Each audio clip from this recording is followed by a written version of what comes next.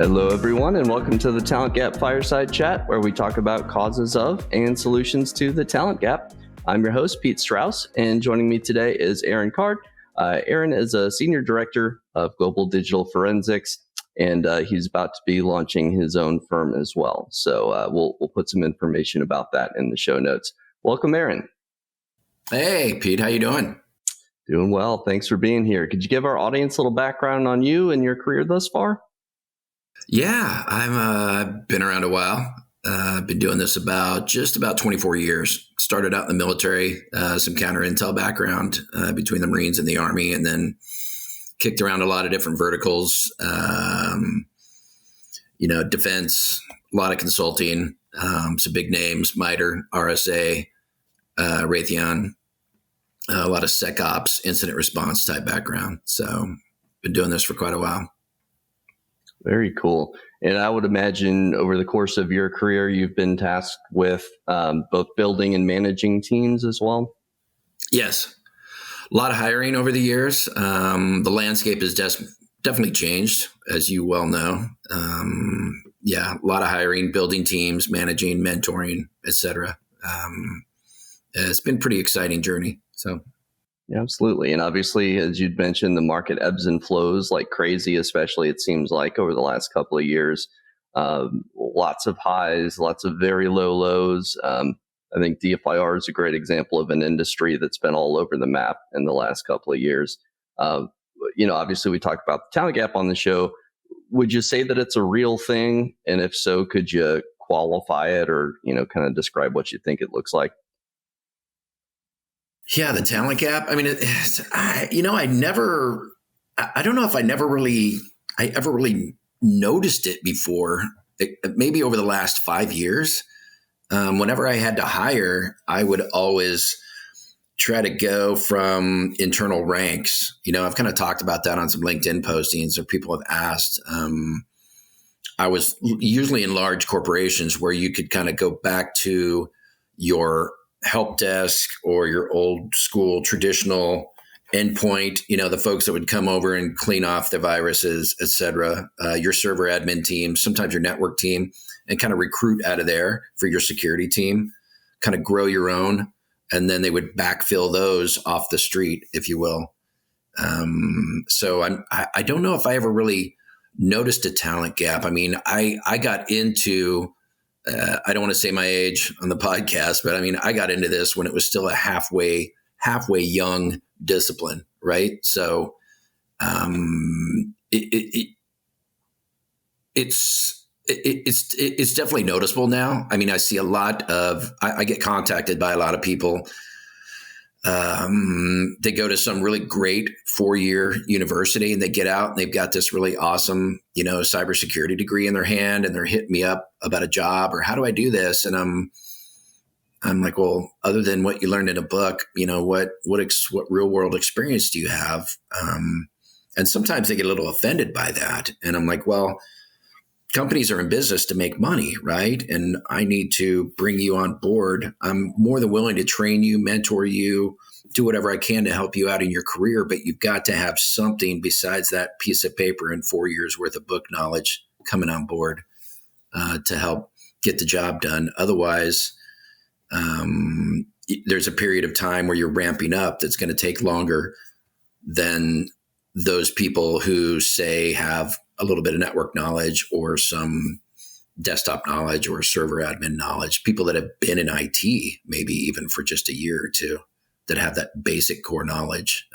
And I mean, I know it may sound kind of harsh, but you have to balance that out. How do I help people out and kind of help mentor, bring up the next generation? We all started somewhere, right? And I remember that. But at the same time, I've got a team of people looking at me saying, hey, we got all this work to do.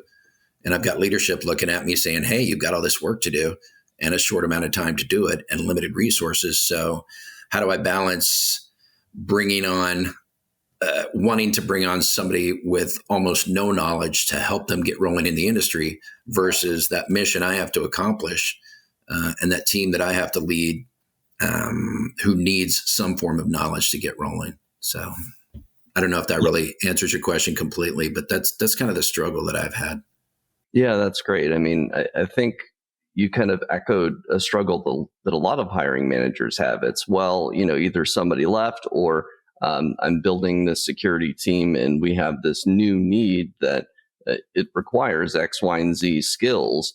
How do we, basically we have to go out and find those skills somewhere. And if somebody's more junior or entry level, chances are they're not going to have those more advanced skill sets.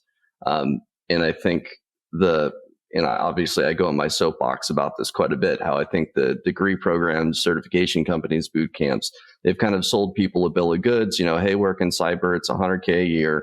And you just get our magical credential and then you'll, get a role in security.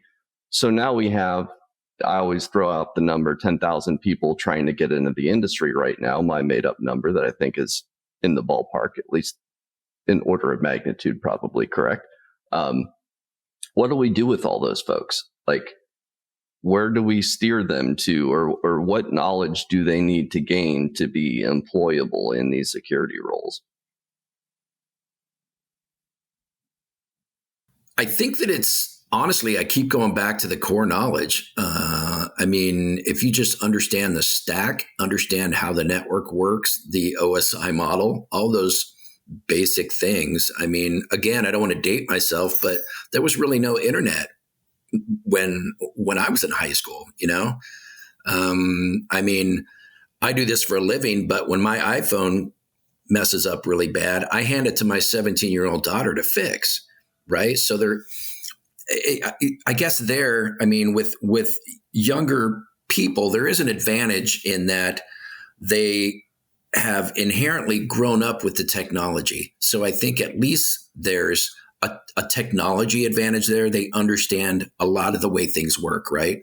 It's not like my 80-year-old parents, I had to get them one of those, I had to go back and get them a flip phone, right? Because they just couldn't get it. So, there's that kind of generational technology thing. So I think there is some advantage that people inherently have that are maybe young and just getting started. As far as knowledge that they need to try and get rolling in the industry, I don't know if I'm allowed to call out like certain certifications or training, but I can certainly call out what I've seen be successful. Yeah, no, that would be great. And I will just say it. I mean, I'm sure I'm going to get a lot of hate for this, but the best employee, the smartest technical employee I've ever had in my 24-year career dropped out of high school and got their GED. And they got a couple certifications, but what they did was they would eat, breathe, and sleep this stuff.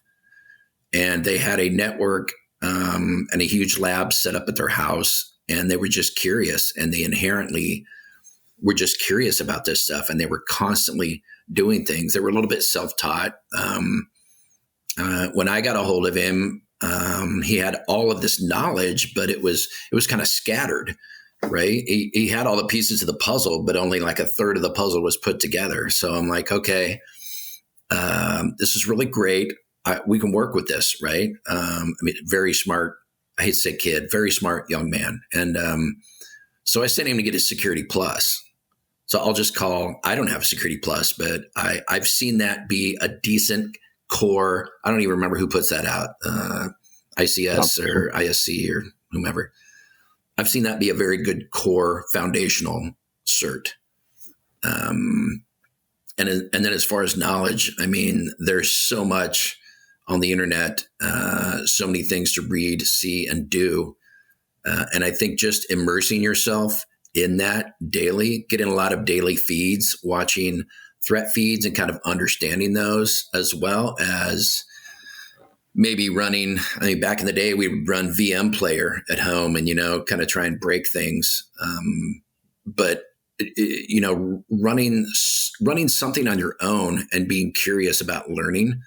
I guess I hope that's answering your question, Pete, but I think that's the core. As far as core basic knowledge, I'm always going to go back to, you've got to know the basics of IT. And I don't just mean, oh, this is a laptop, let me jack in that cable and I'm on the internet. I mean, you've got to understand the some basic inner workings of an operating system, how applications function, maybe some type of coding. You don't have to know how to be a Python guru, but at least some semblance of, you could at least go out and copy and paste some old Perl scripting or something and teach yourself, maybe take 30 minutes to teach yourself kind of how it works. Just some basic knowledge. I don't know how else to describe it to you, but I guess that would be my answer to you.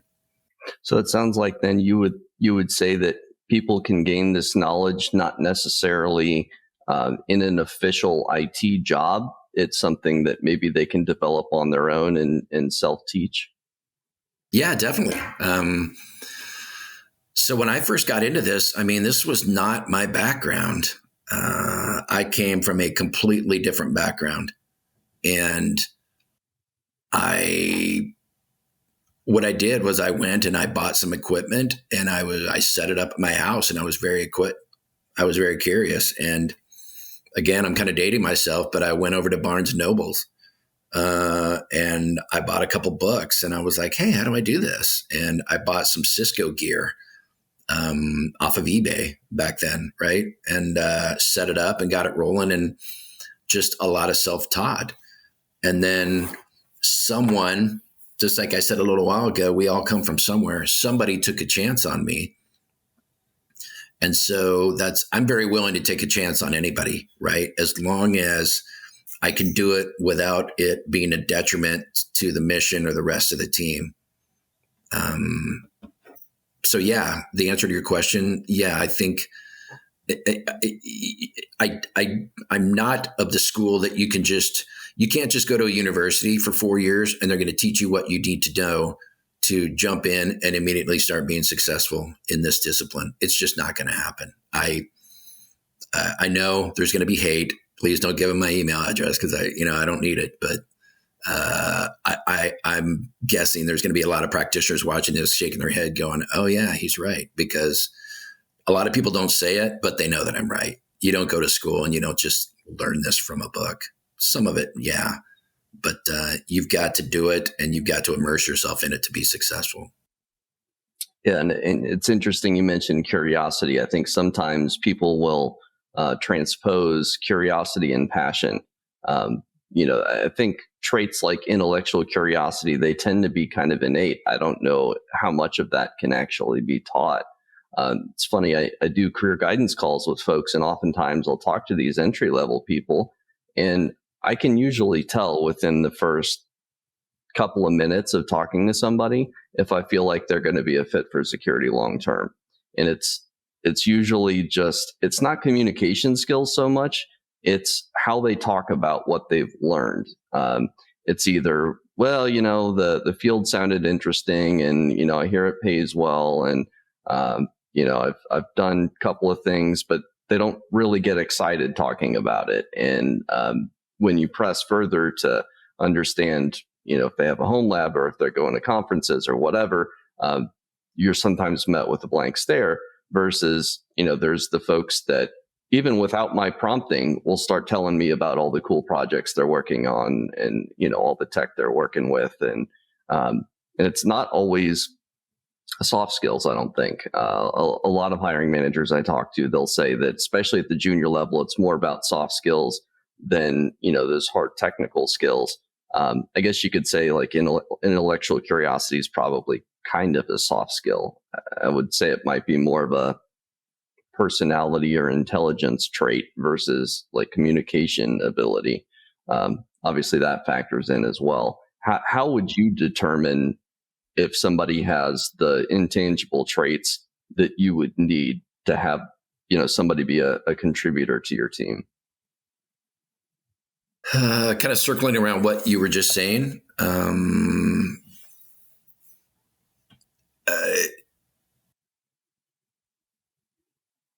A lot of times you kind of use your gut as well. I know that sounds awful. But if you've been doing this a while, you can, I think it's curiosity. I kind of interchange that with passion. They have to like what they do. They have to like what they do. I see people who don't like what they do. My son, he turns 20 next week. He's a great kid. He tried college for a year. He's like, oh, I don't know if I want to do that. He's kind of working, trying to figure it out. I started a side business. He's like, hey, Dad, I want to just come to work for you. I can do this IT security thing. Right. And I'm like, no, you can't. Well, what do you know? Right. He's like, well, you can teach me. I'm like, no, I can't. Right. So I gave him like an intro to Python book. Right. I just grabbed one of the first books I had and I'm like, hey, why don't you take this for a week and then come talk to me on Saturday and tell me what you learned.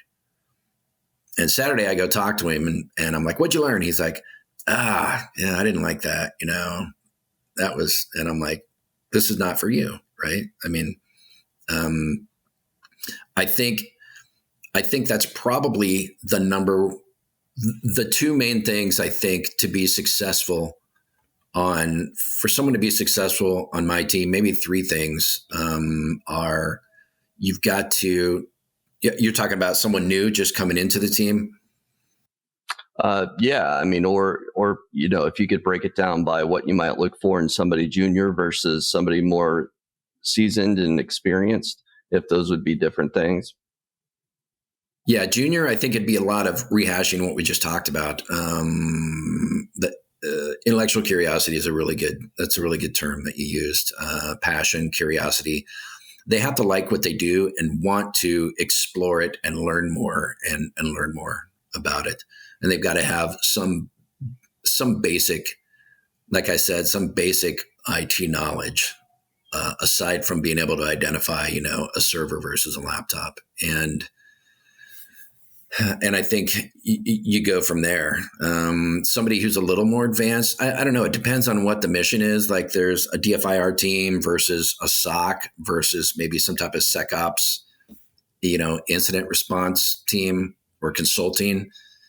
I think those things still apply. I mean, they need that knowledge and they need to have built upon that knowledge with the experience and retained, and still be passionate about what they do. Maybe passionate is kind of strong. To me, they still need to like what they do and they still need to want to learn more about what they do. I don't know. I hear a lot of people say they need to be excited about what they do. Look, I don't know if I'm necessarily excited. I don't read some threat feed and go, whoo, I mean, sometimes I read it and go, holy crap, that's pretty cool. I can't believe that you got to appreciate the bad guys, how'd they come up with that? I wouldn't have thought of that. But, I don't know. It's a really big answer to the question you just asked, Pete. A lot of it is gut. If I hire somebody for a junior or even a senior level, the way that I do it is most of the time in my career, I will, depending on the size of the team, I will go to the team and say, look, we obviously have this need. I know I'm not directly answering your question. I'm kind of coming at it from different ways. I'm sorry. But the way I've done it is I've kind of gone to the team and said, look, we've got this need that we need to fill. Like we need whatever. We need this junior, we need this SIM person, right? Let's say that. So usually get with one of your folks, make sure the job description is written well, go through your motions with HR, et cetera, et cetera. And what I do is it's not that I'm lazy and I want to dump it on my team, but my team's success is going to depend on them being able to work with that new person, and whomever my junior leaders are, it's going to depend on their success in being able to lead and mentor that new person in their junior leader capacity. Right. So if I do a junior new hire on a team, I have the final say because I'm the responsible senior leader. But at the end of the day, I would say my input is probably about 25%. And I basically let the team do the hiring. If you've got good people, I mean, you got to watch and make sure you're not getting, oh yeah, my brother-in-law doesn't really know anything, but I promised my sister I'd get him a job. You got to watch for stuff like that. But usually it works out. And I generally let the team do the hiring because they know, I don't know if this is right or wrong. Maybe you'll agree with me or disagree with me, but they know that they're going to have to live with the decision that gets made. I mean, if it's something that's just totally off kilter, I'm going to veto that and go, what are you guys doing? All right. I obviously have to do this for you. But I'd say 95% of the time, that has always been extremely successful for me. And you make sure if somebody will have recommendations, oh, we know this guy, or I knew this guy at my last company, blah, blah, blah. You do want to make sure you balance that out. I've always made sure that I balance that out with, well, let's make sure that we also look at people coming in off the street, right? I don't want to just keep bringing in, the good old boy club or the good old girl club or whatever. I mean, there's something to be said for that sometimes, but make sure you get a good balance or a good mix of people from different backgrounds or different places. But I let the team do the hiring. About 75% of the input comes from the team. That's interesting. Yeah. And the first time that I've heard of the idea of junior leaders, so you're delegating quite a bit, it sounds like, in the hiring process, but are these like official titles that somebody has, or it's kind of an informal thing that you assign junior leaders? It's more informal. And it's, again, I want to emphasize, it's not that I'm lazy. I know how to hire people. I know how to lead teams. It's just that it's the team is going to have to live, work, eat, sleep. I don't know. I guess I kind of go back to, I don't know, maybe a little bit of military background, but they're going to have to function with this person day in and day out. The culture is going to have to be a good fit, the attitude. They're going to have the right knowledge, et cetera, et cetera. And the team may make or break dependent on what kind of job they do, bringing in and vetting a person, to be on the team. I don't just 100% delegate it. I mean, I make sure that I know I get the job description either written myself or I go over it and approve it myself. But the team has about 75% of the input. Again, I do have veto power. If you smell something's off or something goofy's going on, you step in and go, look, this just, obviously I trusted you guys too much. So sit down and I'm going to have to deal with this, smack them on the hand a little bit. I've done that maybe once in my career. But like I said, I've almost always done it this way. And I've probably had 95% success.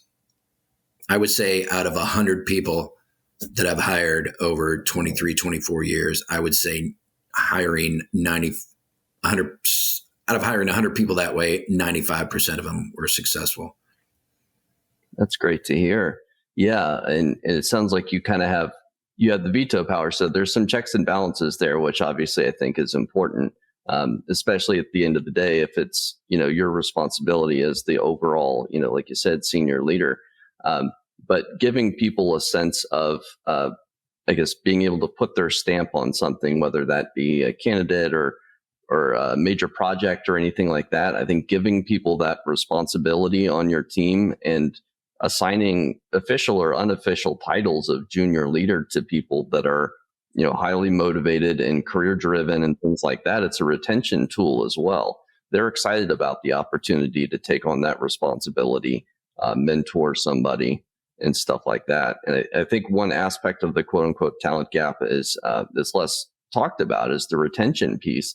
If you're having to backfill people on your team every 6 months because you can't hang on to them, and it's difficult to backfill those positions constantly, you may feel like there's a talent gap. But if you're holding on to your team forever, then that's a lot less you have to hire for.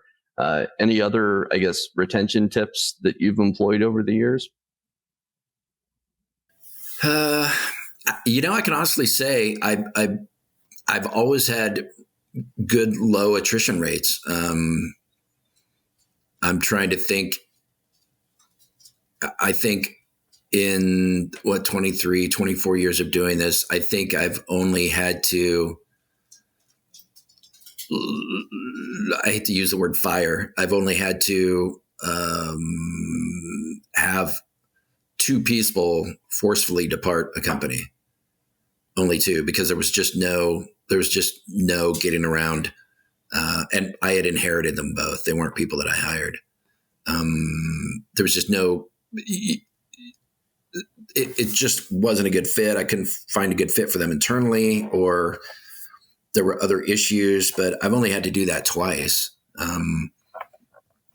Retention secrets, I don't know. You just, I think it goes to leadership. I'm not the best leader in the world. I mean, I've had some pretty phenomenal leaders.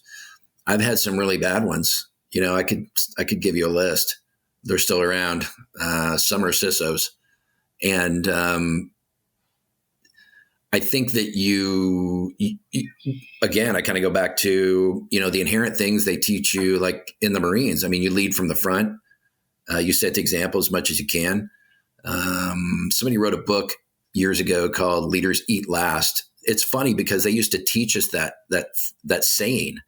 And when I would mentor junior NCOs or junior leaders in the military, that's what I would say to them: leaders eat last, and then somebody wrote a book and made money. I'm like, I should have done that.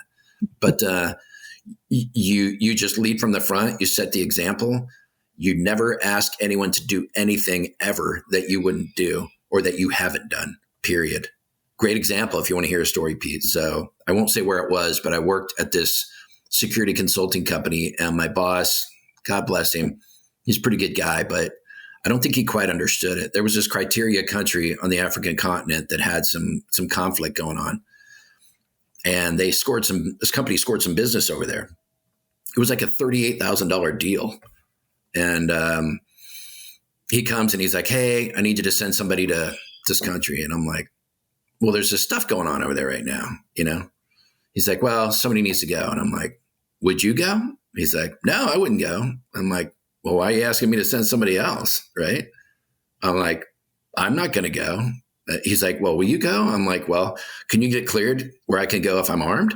I'll go if I'm armed. Right? Anyway, that was just a good example of someone that didn't understand the lead from the front type philosophy. Right? He was willing to ask somebody else to do something that he wasn't willing to do. I think that's probably a huge part of the retention piece. Keep people happy, reward them for their work. You never take credit for people's work ever.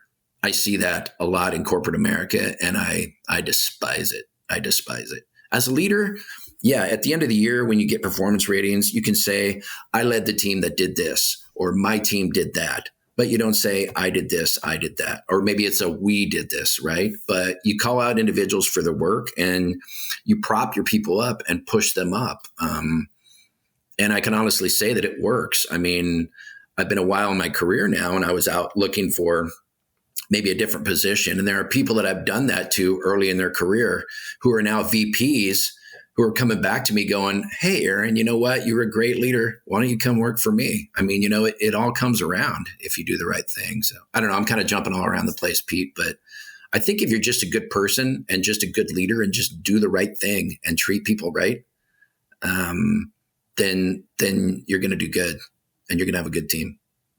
That's great. Yeah. And you almost kind of ask yourself the question, would I want to do this or would I do this?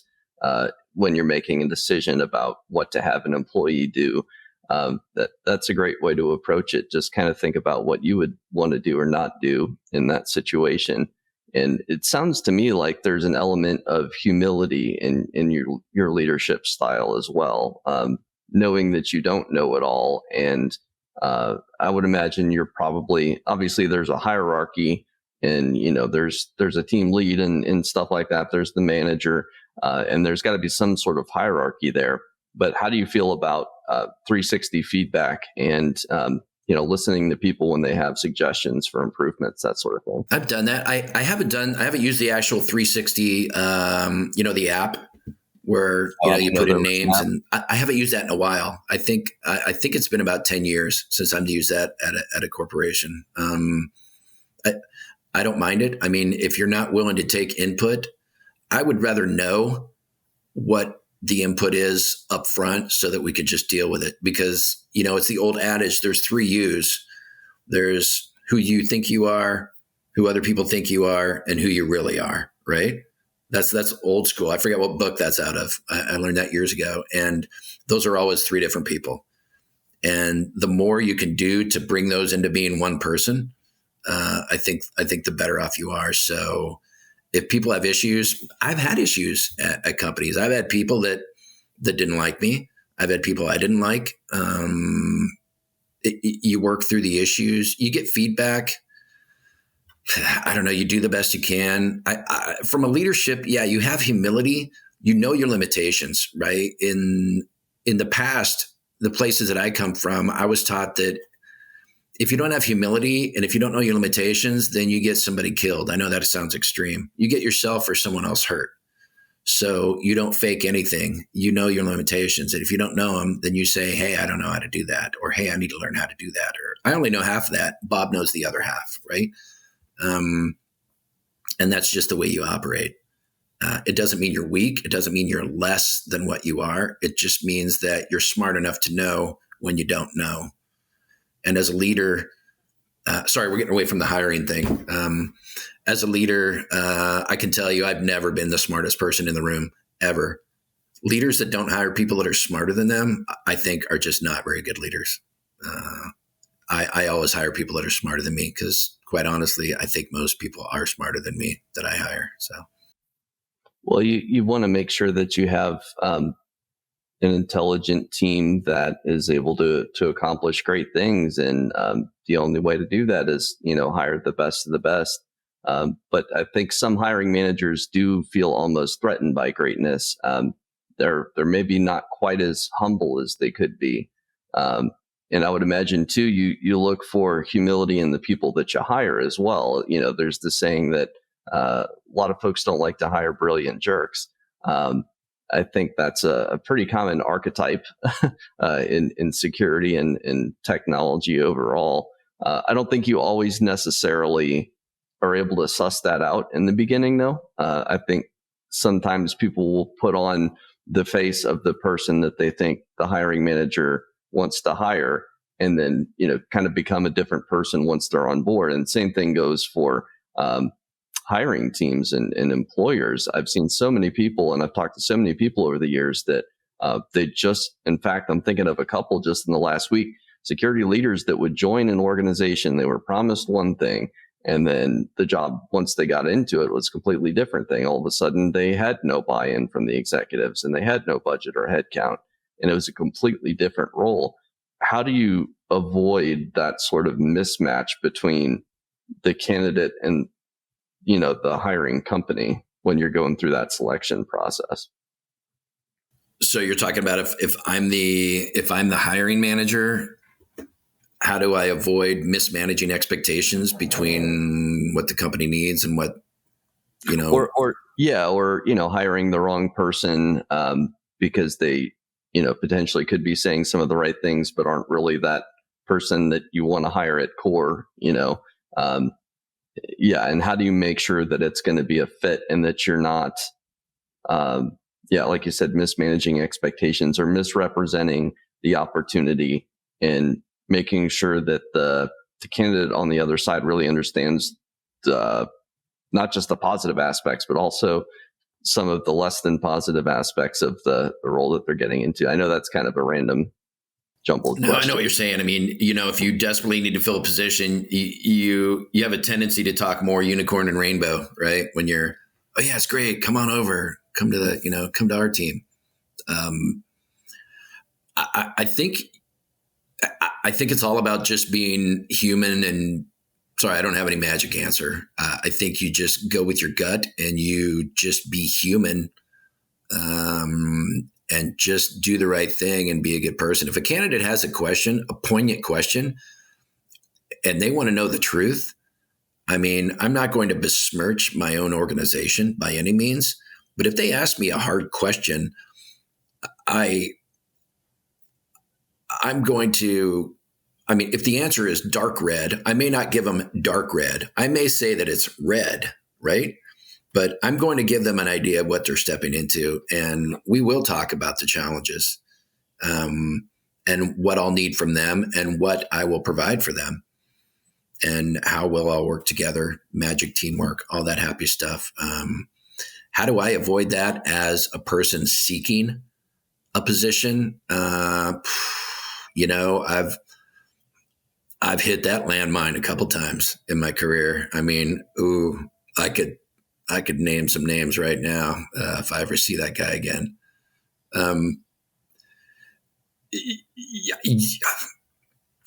You try to vet. There's no magic. It's like being a parent. There's no magic book that falls from the sky and goes, here you go. Right. I mean, it's the same thing. I think you vet the company as good as you can. If you have friends that work there or have worked there, you reach out to them and go, hey, what do you know? I mean, a lot of people do that. The networking, right? Get all the intel that you can. Ask the poignant questions.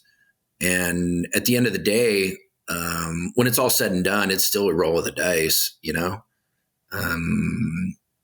So I don't know. I don't know what the right answer is there for you, except for ask all the questions you can. If you're hiring someone, be as truthful and honest as you can, and paint a good picture. I mean, you don't want to paint all doom and gloom. Say, hey, we're kind of in a valley right here, but here's the projects we've got planned. We do have budget. We're in a hiring frost right now, but Q2 we've got budget money coming because we got to do this project, et cetera, et cetera.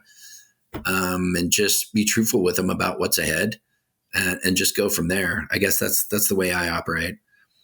Is it going to happen where you make the wrong choice? You step into the wrong company or organization? Yeah. And then you just try and make the best of it. You take the sphere of influence you have and you don't change who you are. You try and maintain the decent person that you are, and you just try and increase that influence within the company. And you find like-minded individuals, and you kind of create a coalition to get good things done. I think my basic philosophy on all of that is, as long as when you make decisions as a leader in a company, as long as you stick to some basic rules, right? Which is it the right thing for the company? Is it the right thing for the mission? Is it the right thing for the team? Are you screwing anyone over by making this decision? If so, what does that mean, right? What is the context of that? Keep your emotions out of the decision. Oh, we've spent all this time and we love this product. Guess what? I'm sorry you wasted 2 months on that project, but that's not the right thing for the company. Everybody else knows this is. So extract yourself from that emotion and pivot. I think just those basic things, as long as you always do that and make sure you take care of your people and you're truthful and honest and lead from the front, I think all of that balled together will keep you in a good spot. That's awesome. Yeah, you kind of mentioned the sunk cost fallacy. Essentially, you get attached to something because you've spent so much time or money on that initiative, or it could be that employee, that you have a hard time parting ways with that individual or that project or that tool. I think that's a common issue for a lot of folks.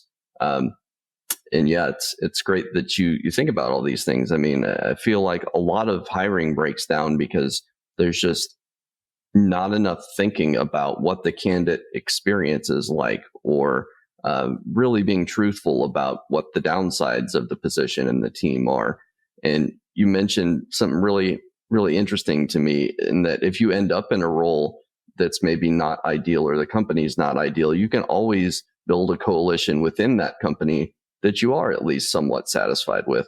I'm thinking back through my own career, and I had a position like that where I worked for a large corporation, and it was very much how you would imagine a large corporation. Lots of red tape, lots of process, really hard to get stuff done. Just so happened to be the team I worked with, we were all very close and tight knit. We were working on the worst kind of jobs to fill as recruiters as humanly possible, pretty much. But we still had a good time because we found the positives in each other and working together. So even in a less than ideal organization, you can still have a good, coherent, nice team to work with. And at the end of the day, though, you have to not hate what you're doing. Like you said, it helps to like what you're doing. What about when you encounter that situation where it's just, the company or the team is toxic and it's just time to part ways, how do you decide what's bearable and what's not bearable, and it makes sense to move on? Wow, that's I think that question has a lot of criteria. We could probably have an 8-hour conversation just about that one, right? I mean, I'll give you the consultant answer, right? It just depends. I mean, when my kids were young and my wife at the time was going through nursing school, we had a lot of bills, et cetera, diapers to pay for. There are times when sometimes you got to bite the bullet and you double down and you say, okay, I'd really like to just walk because, oh my God, this is the most toxic environment I've ever seen. And, but if I could just keep doing a good thing, and I've got my coalition of like-minded individuals, right? And we all know that we're not some type of rebels that are trying to overthrow the power, the king here. What we're rebels who are trying to do the right thing for the company and for the organization, despite themselves. So I think if you can do that until you get to whatever goal you have, let me finish up this project because I don't want to walk out on my team, or let me. I'll just say it. A lot of people won't admit to it. Hey, bonuses come out in 3 months. I've killed myself for 9 months. I deserve my bonus. I'm going to continue to kill myself and lead my team and do good stuff for another 3 months, even though sometimes I feel like taking a flamethrower to this place, right? And that's the goal, or if dealing with toxic leaders, I've done it numerous times, more times than I'd like to admit. I don't know. It's all just based on your threshold. Obviously, as we get older, when I was younger, I was much more willing to give a hand signal and 2 weeks notice, right? But as you get older, you have a lot more wisdom and a lot more patience and a lot more knowledge to say, well, let's break this down, right? Why is the environment like this? Or why is that leader like that? And sometimes you'll find out, or I'll find out, oh, you know what? This is a really private person that I work for. And his son was just killed by a drunk driver 6 weeks ago. And you know who he told at work? No one. And he turned into this toxic guy that was just unavailable and snapping at everyone. So I would also say be human and try and get to the core of the issue, because my initial judgment on this person, which was completely wrong, that was what happened. This man had lost a child, and I finally just sat down and laid it out and said, look, I'm very much a human person. I'm one of those. I actually don't mind working in the office. I love remote. Don't get me wrong. It's save gas money and all that stuff. But even like a hybrid, I don't mind. But I just went in and sat down and talked to him and said, I'm just going to lay it out for you. You suck. Sorry, can I say it on the podcast?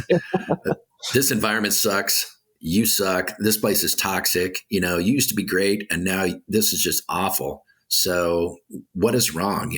What is going on here? Because I've got the entire team wanting to quit. I can barely keep this machine running. I'm ready to walk out the door. And the guy just broke down.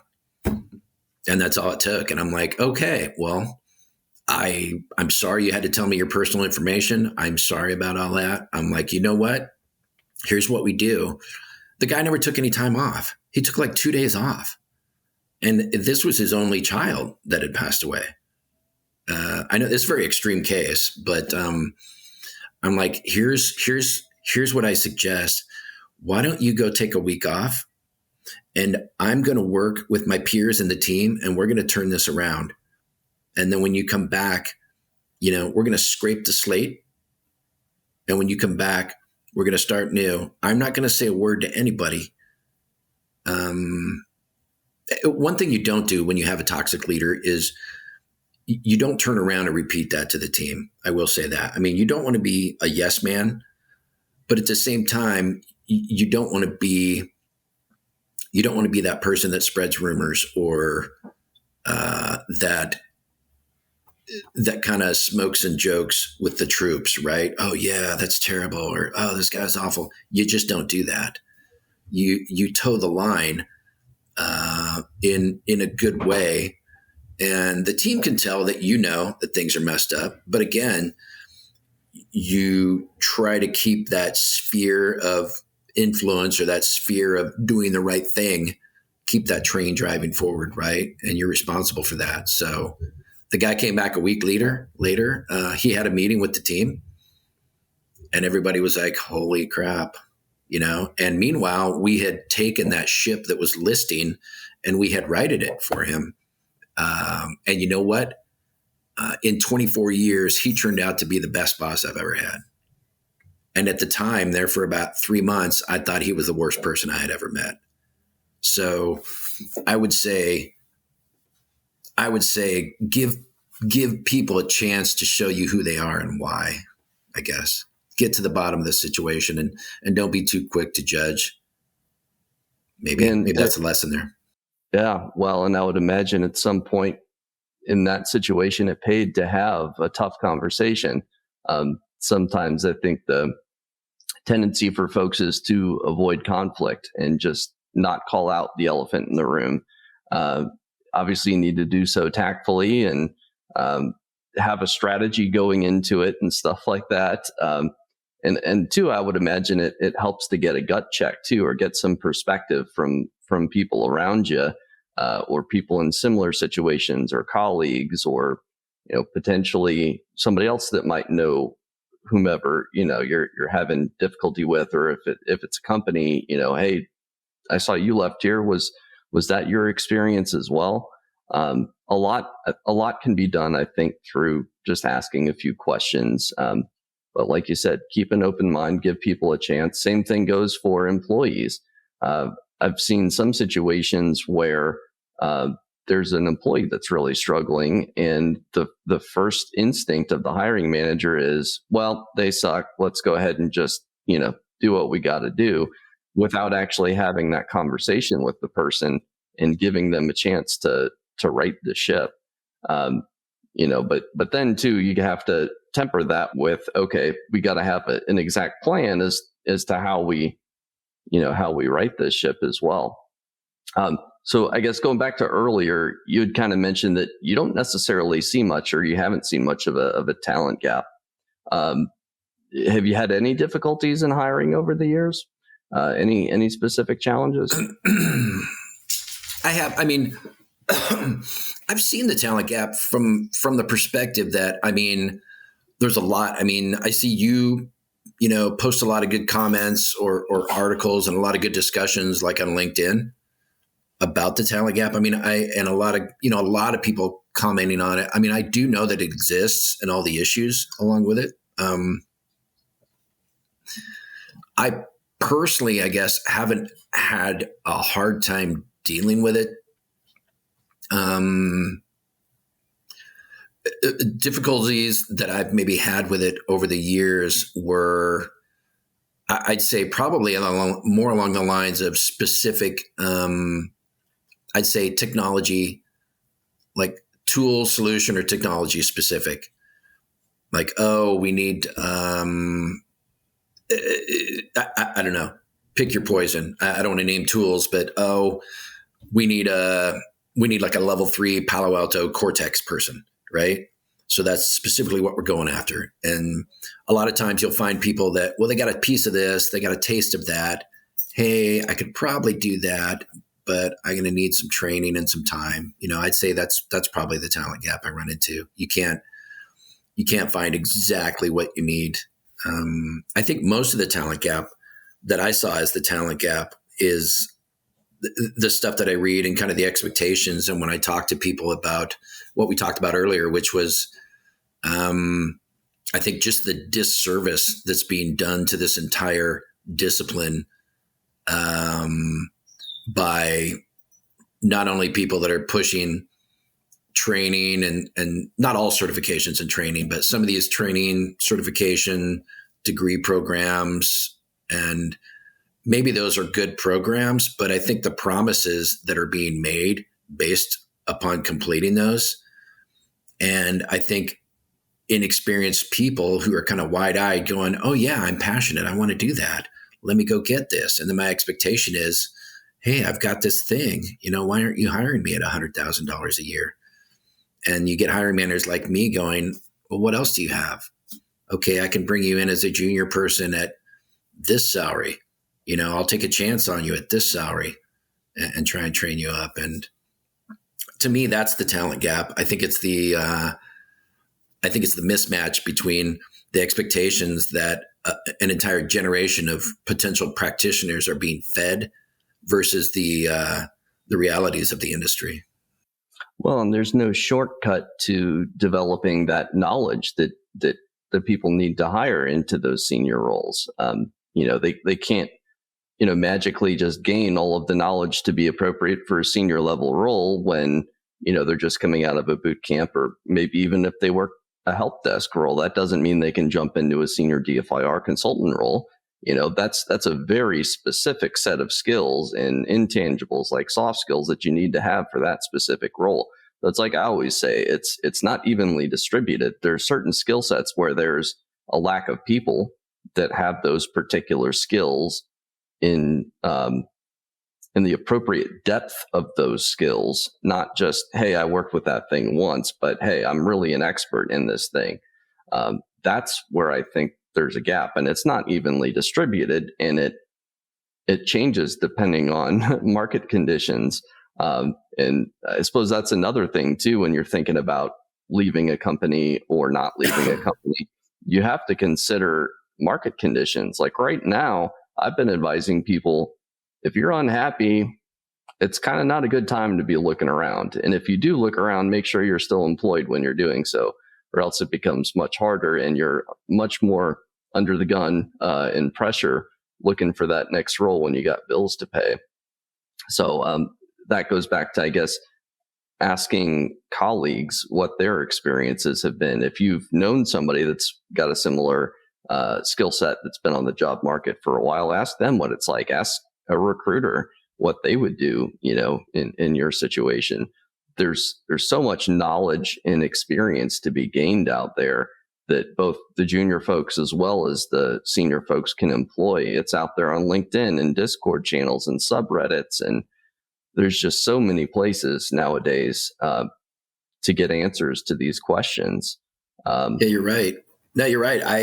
I mean, there's people, I'll ask people questions on LinkedIn that I don't even know, or people hit me up, new people coming into the industry, they'll ask me for help, or, hey, what do you suggest? Or how can I do this? And I'll help anybody. You don't need to know them. I think it's just a decent person thing to do, right? As well as you're helping the discipline in the industry overall. If someone's going to complain about everything but not help anyone, and just sit back and complain about it, then I think they probably just need to shut up, right? So, so I guess I agree with you. I'm more than willing to. I help anybody as much as I can when they ask for it, and I've been given help as well. I'll ask something, or if I'm targeting, getting a position in a company, and I know somebody there, or I know somebody who knows somebody there, and they introduce me. You ask questions, and everybody just kind of helps each other knowledge-wise as well. A friend of mine who down in Florida was working on something and had some knowledge, and I kind of got involved with that. And then he introduced me to some other people that got some things going. It's just, I think it's everybody just being open and willing to help each other. I know that sounds a little kumbaya, but I see a lot more of that, I think, than I used to. Yeah, well, there's just so many more avenues in which to do that now. Like I mentioned, all the other venues and stuff. one thing I think that's important to highlight for, especially for the junior folks listening, is don't just ask a question cold to somebody you don't know with no context.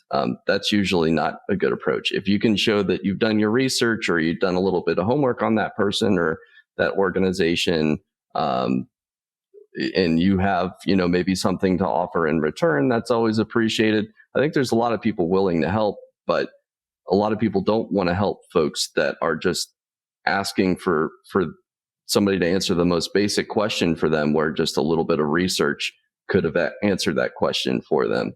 So agreed. Yeah. A lot of people will say there's no such thing as dumb question. I think a lot of people would also possibly disagree with that.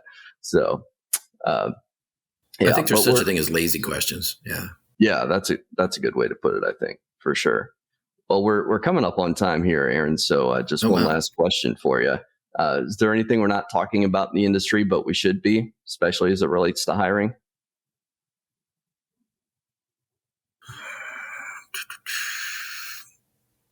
No, I think the biggest thing, like I said, I will keep kicking the dead horse, but I think it's the expectation.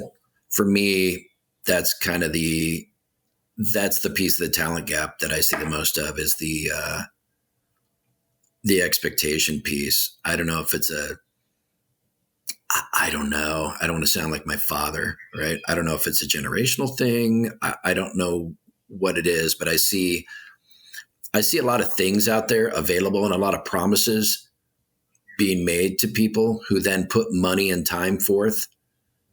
And then those promises don't come to fruition, right?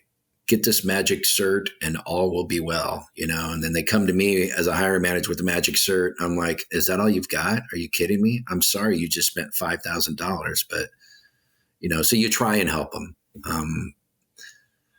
I'd say that. What else?